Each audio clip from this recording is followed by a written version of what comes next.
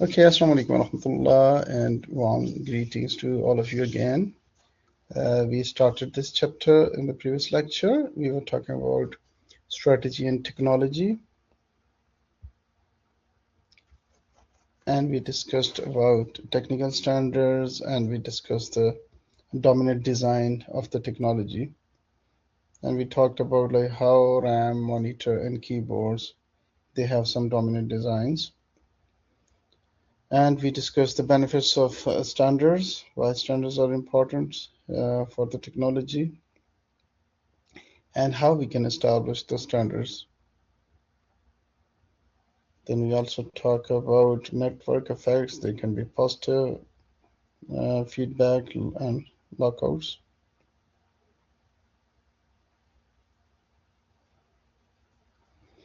And we also talked about strategies for winning a format war and killer applications.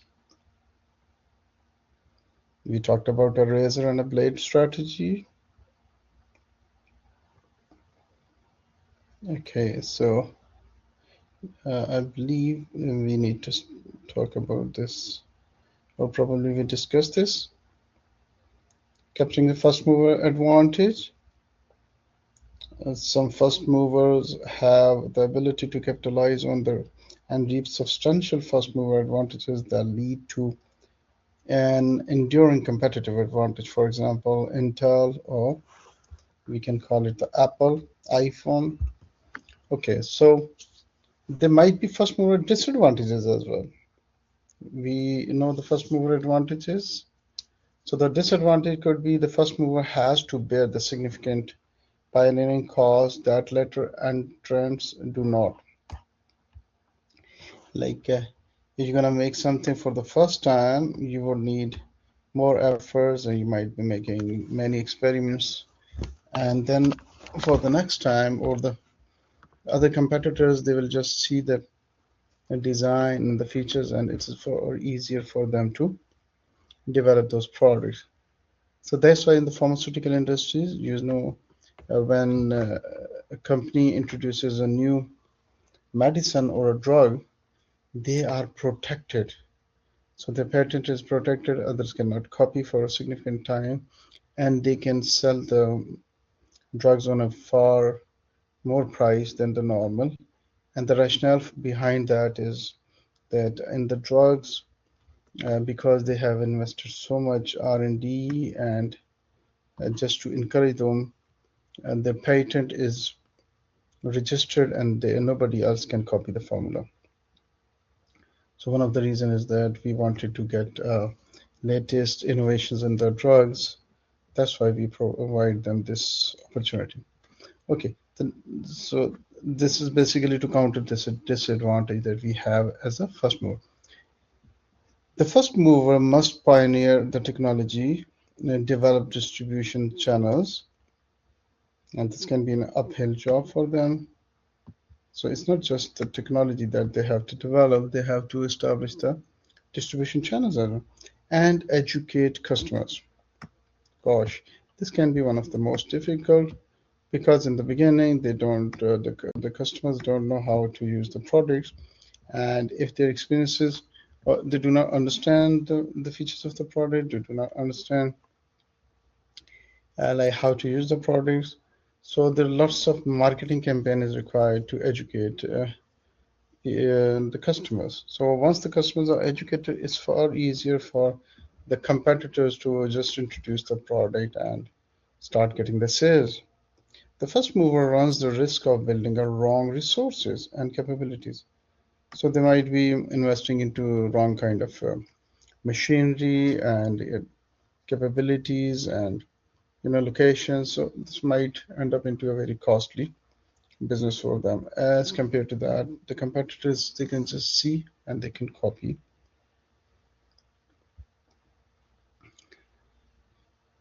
Okay, so what are the strategies for exploiting first mover advantages? Now this is critical. Like if you are the first mover, what strategy you should do so that you can create entry barriers for the newcomers and try to get the maximum of the market, because you have invested so much into research and development and taking this initiative. Okay, first movers like in the technology need to build a sustainable long-term competitive advantage and reduce risk. So long-term competitive advantage and reduce risk. So keep the example of iPhone in your minds when we're talking about this. How iPhone has created a competitive advantage in the minds of customers, because still it is considered as a superior quality mobile phone, isn't it? And the second one, if we'll do this, we will be able to reduce the risk. So there are three basic strategies for exploiting first movers advantages. First one is develop and market the innovation. And if we are talking about this, there are two different dimensions. One is development, which is obviously mostly with engineering. So it's like more an engineering part of it. But the second part is uh, about the marketing. So it's not like how best you make a product, it's like how good you are as a marketer. So Steve Jobs is also called one of the great marketers. So he introduced his product and he did a great marketing for the product. So it's not just the product itself, and the marketing is equally important to be successful. If you do not make your customers to be aware of your products, your availability in the market, the kind of problems that your product is solving, then you will not be able to be successful. And then develop and market the innovation jointly with other companies through strategic alliance or joint ventures. Here we are talking about that no single company can be successful in the market without having joint ventures, probably with the distribution channels, probably in the different countries. So, or probably other services that you might be needing as an operating system if you're talking about mobile phones. So that's why you have to develop as quickly as you can do a sustainable a strategic alliance with other companies. Otherwise, you will not be able to successful. The third is license the innovation. This is the key for, especially for the small ventures and entrepreneurs who are like startups. Sometimes they forget to get the license for the innovation. So if you cannot get a license for innovation, it means you are not protected.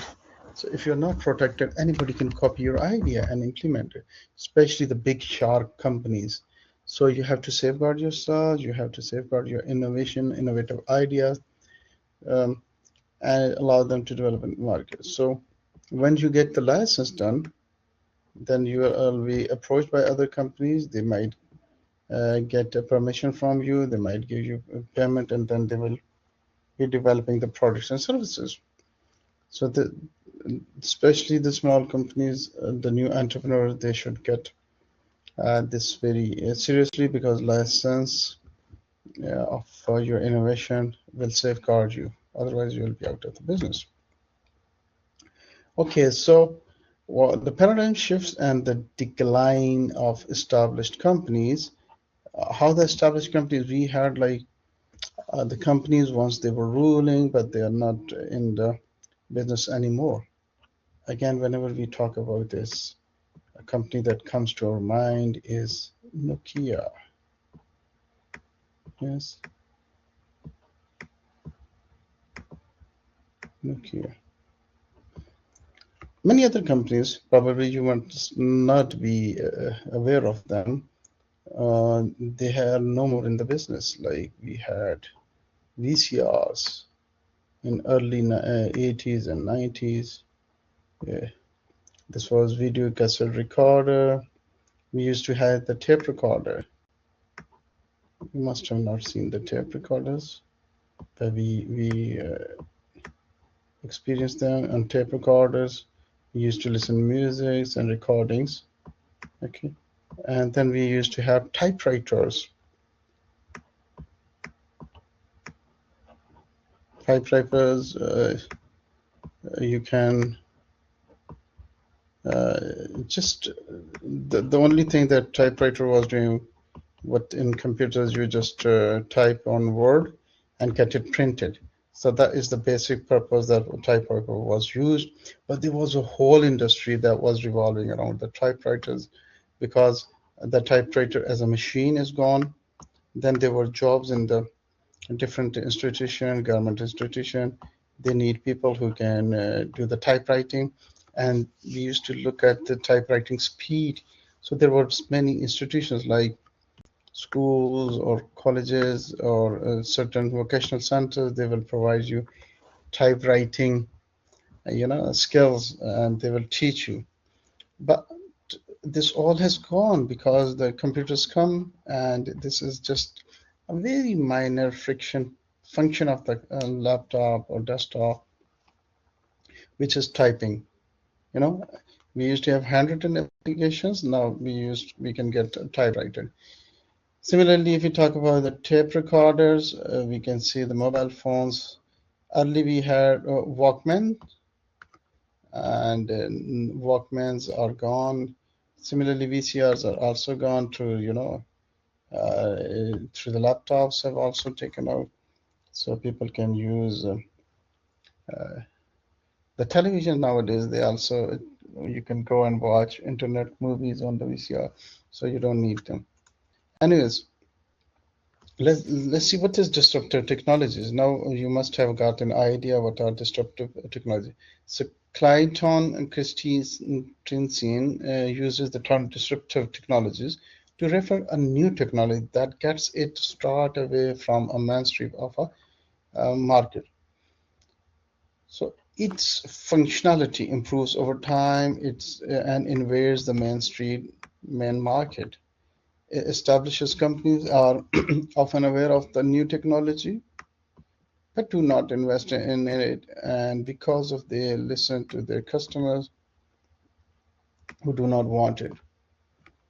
But there's a big change that is happening around in the market. So if the companies don't adopt themselves to this, imagine what has happened to Canon or Yashica. We used to have Yashica cameras all on those time. Yes, they have specialized into now professional, but early on they were just for specialized. For every household, you must have one camera. Okay, so disruptive technologies. Many established companies decline to invest in new disruptive technologies because initially they serve such a small market niche that it seems unlikely that it would be impact on the company's revenues and profit. What are the disruptive technologies nowadays? I think the use of AI, how the companies are capitalizing on the AI, how AI is going to change the medical sciences, how AI is going to change the legal services, courts and laws, how AI is going to change, civil engineering and all of the different departments. And then robotics and automation and computers that, so these are the disruptive technologies nowadays. So when disruptive technologies occurs, a new network of suppliers and distributors typically grow alongside the new entrants. So obviously this is a new kind of technology. It will require new kind of suppliers and distributors, and altogether a new kind of market establishes. Okay, the last slide is like strategic implications for new entrants. So the new entrants have several advantages over established enterprises, and if I remember it correctly, one of the guru in the market, she says, because of the internet provides an equal level field to all the new entrants. So that has also changed the scope of entry for the new businesses. So if imagine if you want to buy a physical shop or the bakala, how much expensive it's going to be. So you'll have to do a contract, you'll have to pay them monthly rents or blah blah blah, and that's very expensive. Contrary to that, if you want to open a shop on Amazon or an eBay, which is a market space online, so that is less expensive. So what I'm trying to establish over here is that for the new companies, if they want to establish brands, it's quite easier as compared to the existing companies, and they can give them a good challenge. So the new entrants have several advantages over the established enterprise. Uh, they can pressures to continue the existing out-of-date business models, do not hamstrings new entrants. So what happened is that the existing businesses cannot innovate. They should have to stay on the way they are because that is expectation from their customers. But this is not expectations for the new business. They do not have to worry about the established customer base or about relationship with the established suppliers and distributors. So yeah, they can establish new relationship. New entrants can focus on their energies on the opportunities offered by the new disruptive technologies. So they will capitalize upon the new disruptive technology and they will be offering the new cutting edge uh, technology as compared to be constrained with the old. New entrants must choose whether to partner with an established company or be it alone, and they can be sole rider. Okay, so these are the implications of the strategies for the new entrants. So we can see there's a, especially because of the advancement of the AI, there are lots of opportunity for the new entrants. So we would see more disruptive technologies coming in over the period of time. Okay, so if you have any questions on this, you are welcome to ask. Otherwise, I will jump into the next topic because this is an opportunity we have today. We are just recording this session. So I want to make best utility of this and try to go and do a recording for the next lecture as well. Okay, Shabab. So we are going to start a new chapter, which is on chapter 8. It's basically in the strategy in the global environment. We understand the global environment, how it is being affected, and we know all the businesses are operating globally. We have already discussed how if you are buying something on Amazon, you do not know from where this product is being sourced. So the only thing we are concerned about the price and the quality of the products. So nowadays, the global market is very accessible to every customer. So the global and national environment, the globalization of production and markets. In the past half century, the tariff rates on manufactured goods between countries has dropped from 40% to under 4%. But that's a phenomenon. That's phenomenal. It means like if you are importing something to your country and they have to pay like some 40% taxes on the products and services, now they have been decreased to 4%.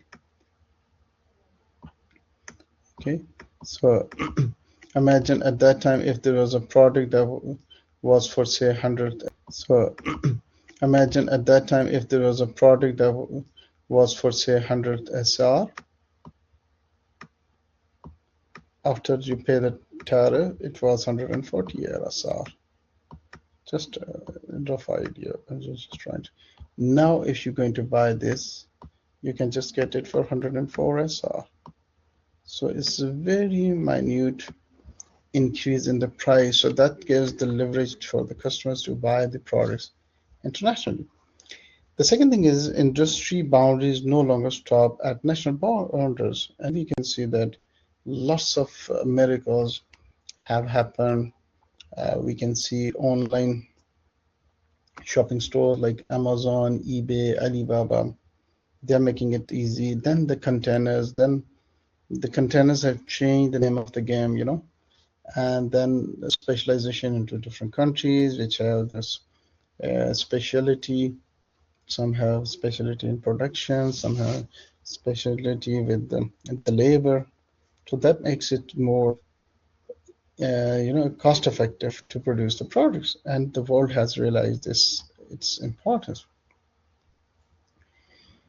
Okay, so how the globalization of production and the markets are changing. The shift from national to global market has intensified competitive rivalry in many industries. And especially, we know, like in the start, the countries were reluctant to go for globalization. They wanted to protect their local market. They wanted to protect their local producers. Especially, we saw like America resisted so long against China just to protect their local manufacturers. But ultimately, they have to give away and they have to let the China come to America because that's inevitable. You cannot stop them. The kind of products and services and the quality and the price they are offering to the market. National markets that once were consolidated oligopolies, yeah, like where we had very few number of producers available, have been transformed into segments of fragmented global industries. So that we have now, we are looking at lots of different kind of companies, international companies are operating, where a large number of companies battle for market share. So early when we had an oligopoly, we had like very few market players, so they can the competition for the share was very low, but now we have got lots of small companies, fragmented companies, and that's why the market share is like huge. Um, so it's like how you would compete with these companies is going to be very challenging. Although globalization has increased both the threat of entry and intensity of rivalry, it also has created enormous opportunities for companies based on these markets. So yes, it has created a loss of competition. Foreign companies are coming in. But again, if you see it from the consumer perspective, the consumers can get lots of different options, and that gives them more leverage and power for consumers to pick and choose, and they get the best quality products. So ultimately, it's playing good for the consumer, and that also has increased consumerism. So the number of products and services they are buying is, as compared to previously, are high. Like the phenomena has changed. We already discussed in our class. Once there was an individual, they needed something like if I need shoes and I can see like my shoes are torn up.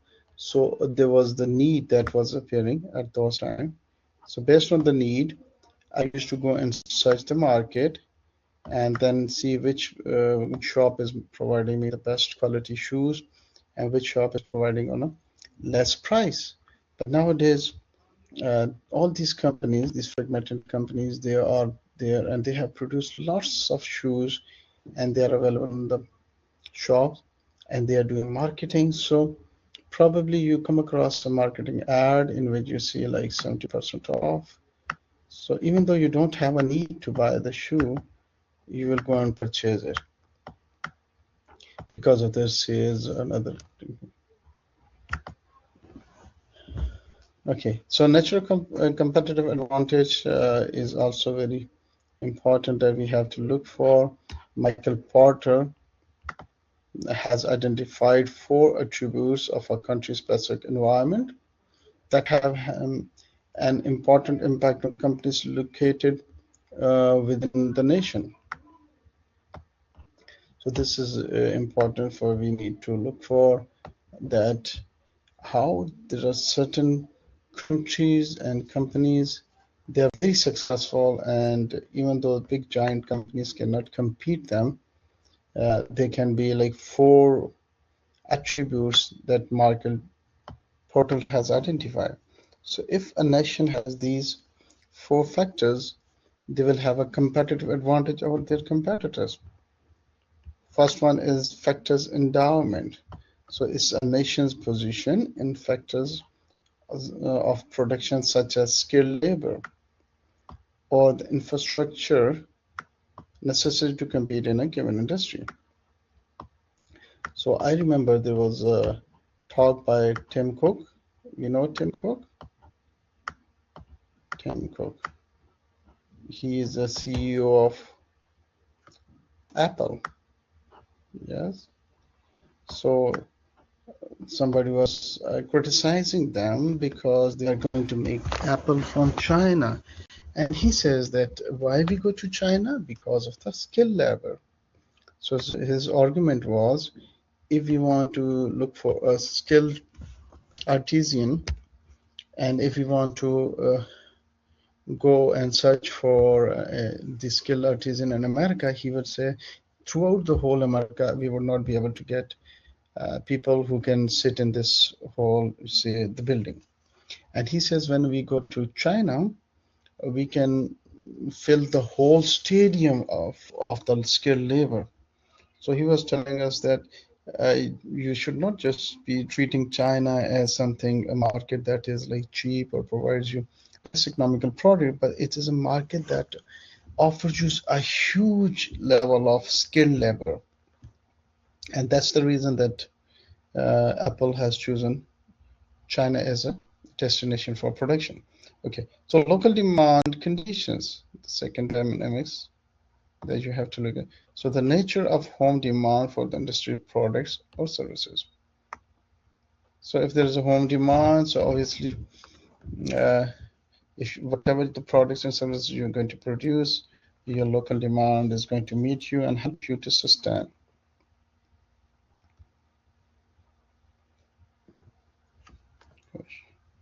Can you see this slide is overlapping on the other one?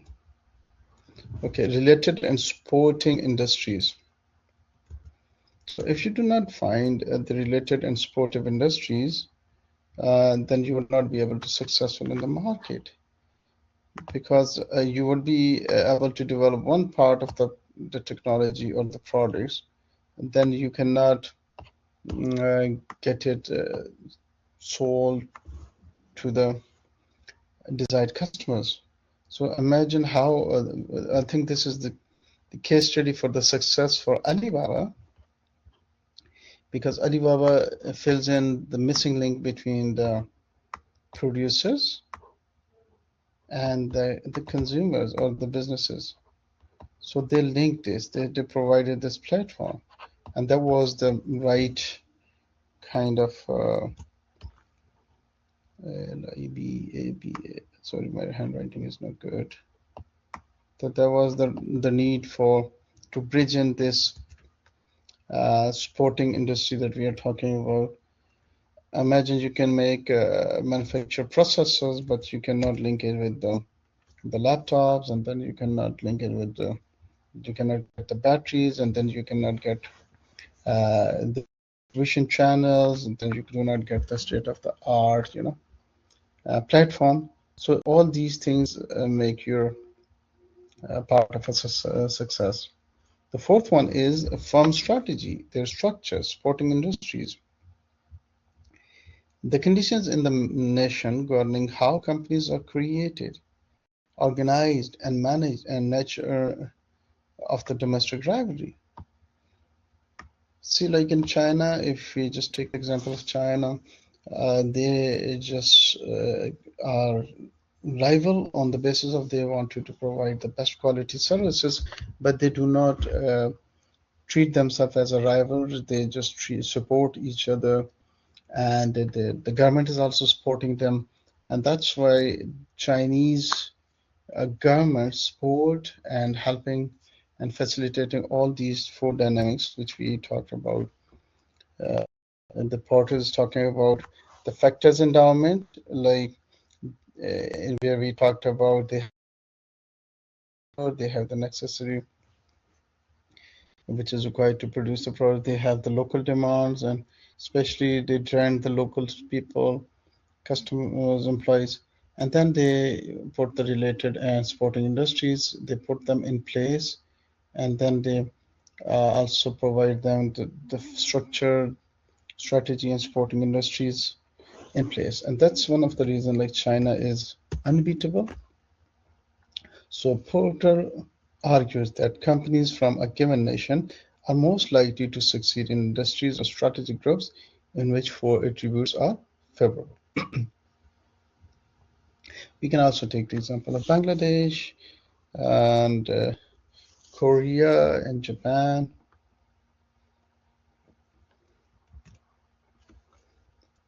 Okay, so increasing profitability and profit growth through global expansion. So this is an open secret. If you want to be successful, you have to go outside your local boundaries, and that will give you more advantage and profitability. The success of many multinational companies based on not just on the goods or services that they sell in foreign nations, but also upon the distinctive competencies that underlie production and marketing of those goods and services. So it's not like how good you make the product, it's like how good you are going to sell them and how good you are at the marketing. Like Almarai, if it's want to go outside the Kingdom of Saudi Arabia, like Mada, they have to not just rely on their good services, but also on the distinctive competency, create a difference in the minds of the customers, and also doing the great marketing. Okay, how we can do increase profitability in global markets? So the success of many multinational companies is based upon the unique skills that underlie the production and marketing of those goods or services.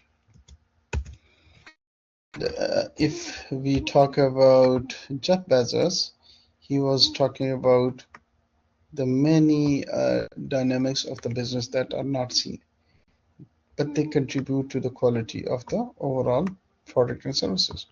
And we need to work on those dynamics. Like, for example, I'm delivering a lecture right now, and the quality of the lecture will increase your understanding about the subject, and that will again contribute to your overall understanding about the business degree that you are following, and that will also contribute to your real work.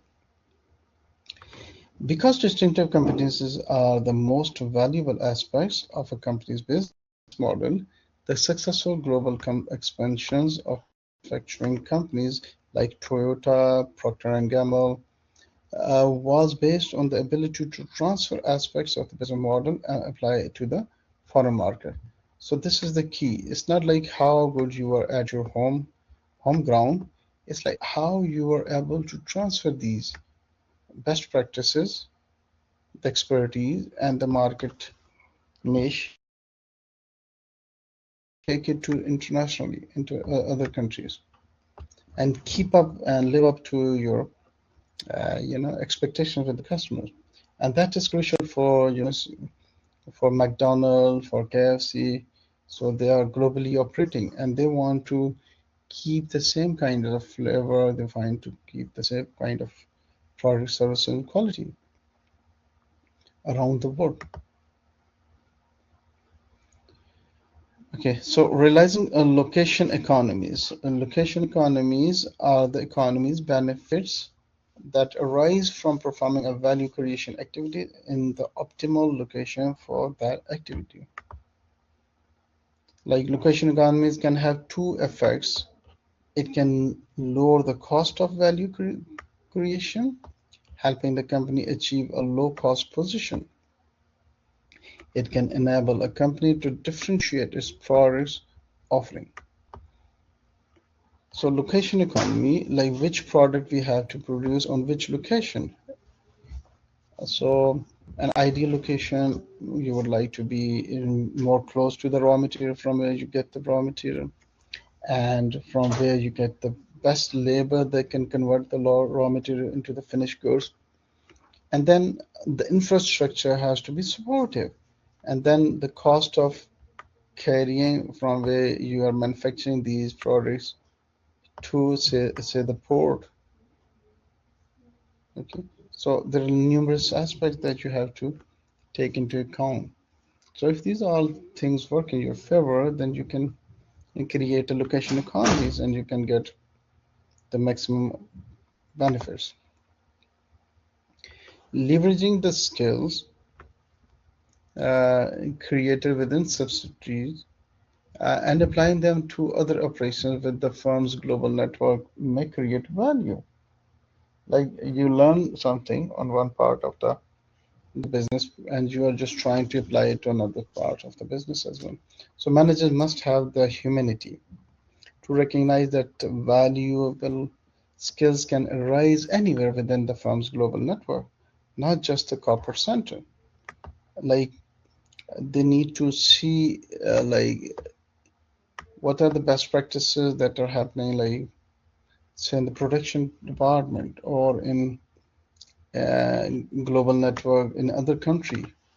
And if you can find the best practice in that country, you can just follow it as compared to be just naive, just that since we are the home country and we know the best, so this will not allow you to be successful. So managers, they just get the best practices from the other parts of the world and just implement and they remain competitive and successful. So they must establish an incentive system that encourages local employees to acquire new competencies.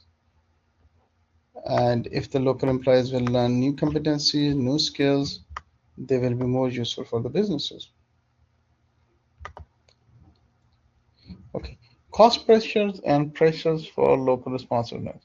So these are the two different challenges which almost all the companies they face. And first one is the pressure to reduce the cost. Cost is basically the cost of production. So you always try to make it less costly production. So if your cost is low, then you will get a good profit margin, and that will give you a competitive advantage over your margin, and that will give you a competitive advantage over your competitors. So all the companies they just try to minimize the overall cost. Second one is the pressure to local responsiveness. So every businesses has to change the product or services to fill in the needs of those particular areas or the people or the consumers, and somehow they have to change a little bit of the product. Like I still remember the Chinese food there was and that was served in Pakistan would have some flavors of Pakistani spices as well. Otherwise, the local cannot understand. Similarly, the Chinese food, if it's going to be offered in Kingdom, it has to have a little bit of local responsiveness. It should add some local spices. Otherwise, the locals are not gonna accept it, and they might find it a bit strange, kind of a flavor. There can be very few customers that would like the way it is.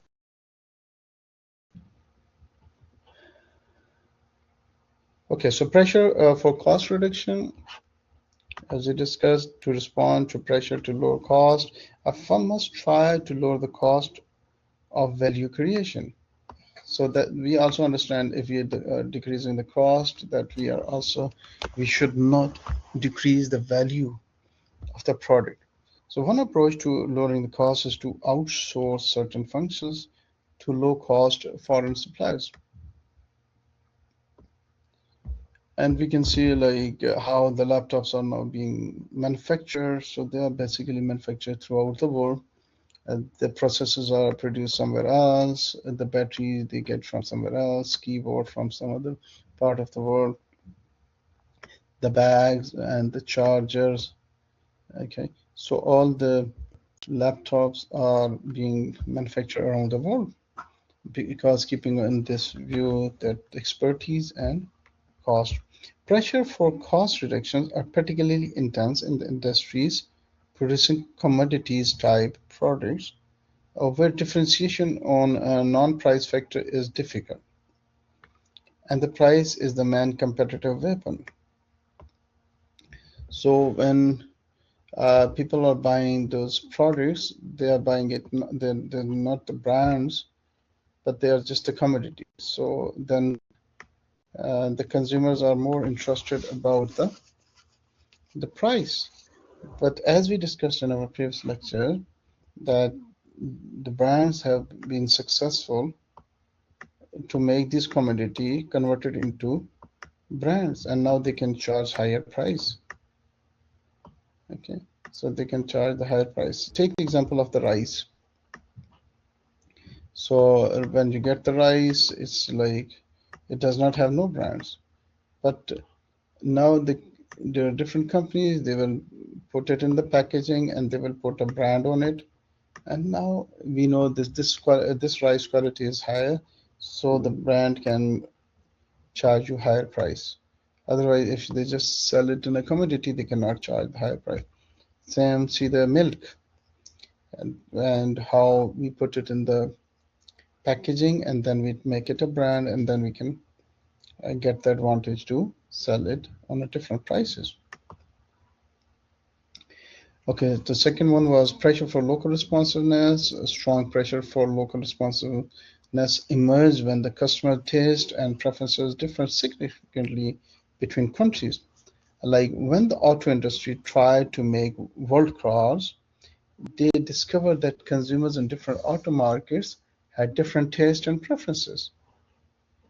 Okay, some and you can also take it from the colors. So there can be certain car colors they will be like in different countries, and those colors will not be liked by the other countries. The interior designs and the nature of the cars. Some would like a sports car, some would like luxury and comfortable cars. A study showed that in the consumer electronics industry, buyers reacted negatively to an overdose of a standardized global product. So, in electronics industries, they say like uh, different markets in the world, they want different kinds of products. So they do not want to have same kind of products.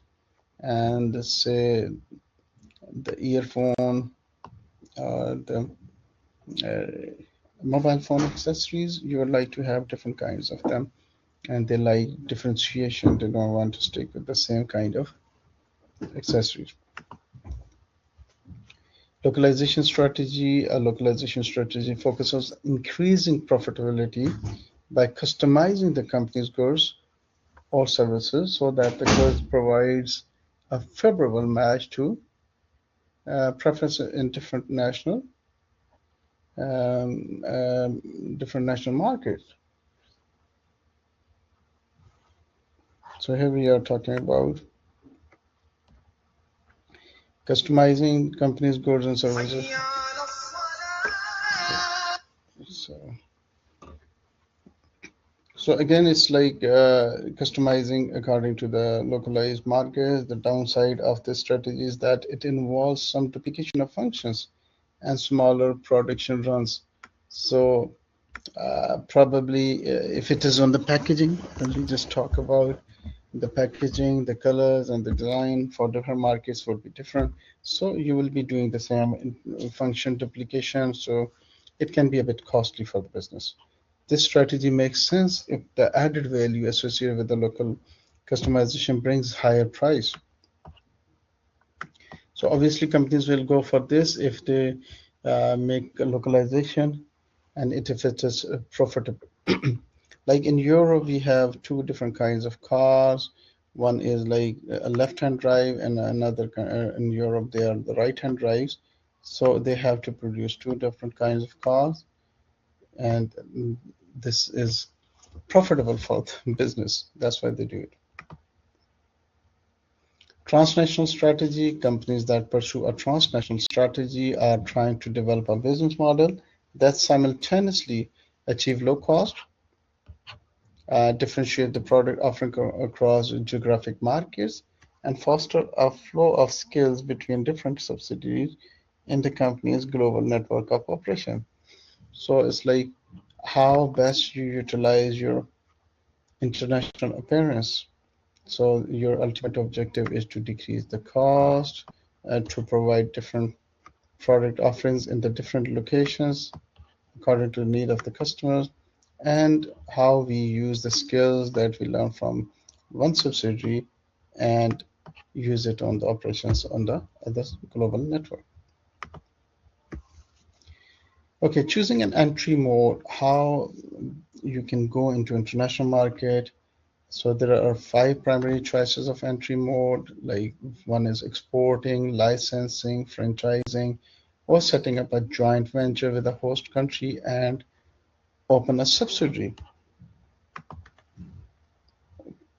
Okay, first option can be like exporting, which is most common. Like most manufacturing companies begin their global expansion as exporters and only later switch to the one or other modes for serving foreign markets.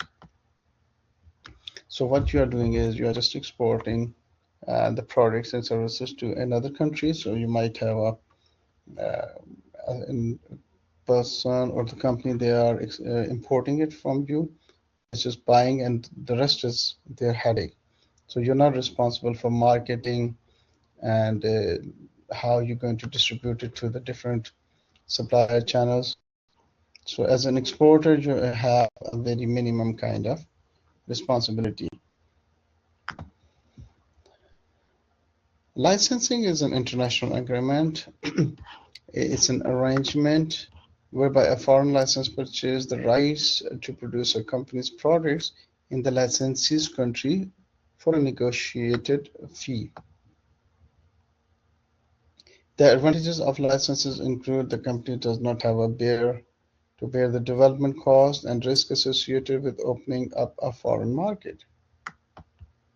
And licensing can be very attractive to companies that lack the capital to develop operations overseas. So it's an easy thing. You can provide the license or you can buy a license from a foreign company and you don't have to do the cost for that, especially see in the IT sector. If you go for an accounting system, so you can get a customized accounting system from the IT company, and they might give you all the infrastructure, human resource systems, and they can make your office life easier. Licensing, we know the Microsoft licensing, other arrangements are there. You get the license. We have some softwares for data analysis like Smart PLS. We need licensing for.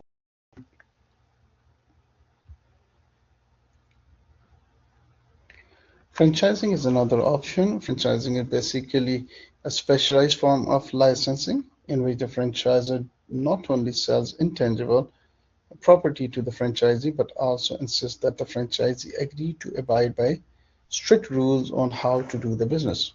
And we have discussed at length in our previous lectures, like how KFC and McDonald's they might dictate on the location where you want to open the outlet and how would they dictate you uh, the interiors and other requirements for the location, how they would dictate you to hire the employees and even the trainings they conduct. And then they also take a first like good amount of franchising fee, and then they might also be taking a part in your sales. So the advantage of franchises are similar to those of licensing. However, franchising may inhibit the firm's ability to take profits out of one's country to support competitive attacks in another. So in licensing, you can have like say international schooling system So you can open a chain of a school, say in Al-Hassa, and you get their license and you open this branch over here. The franchising, we are talking about some, let's say KFC or McDonald's. So if you open a franchise, the franchise, you will get this support at a competitive.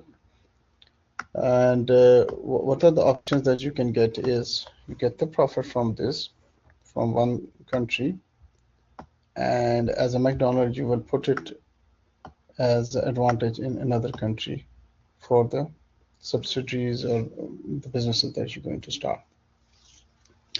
Okay, so we are done with our today's lectures. I have made a recording of the lecture.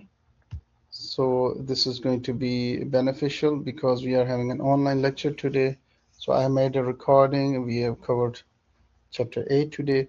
So if you have any questions, you are welcome to ask, please. If any topic you do not understand, or if you have any questions, you are welcome to ask. In the meanwhile, I can stop the recording.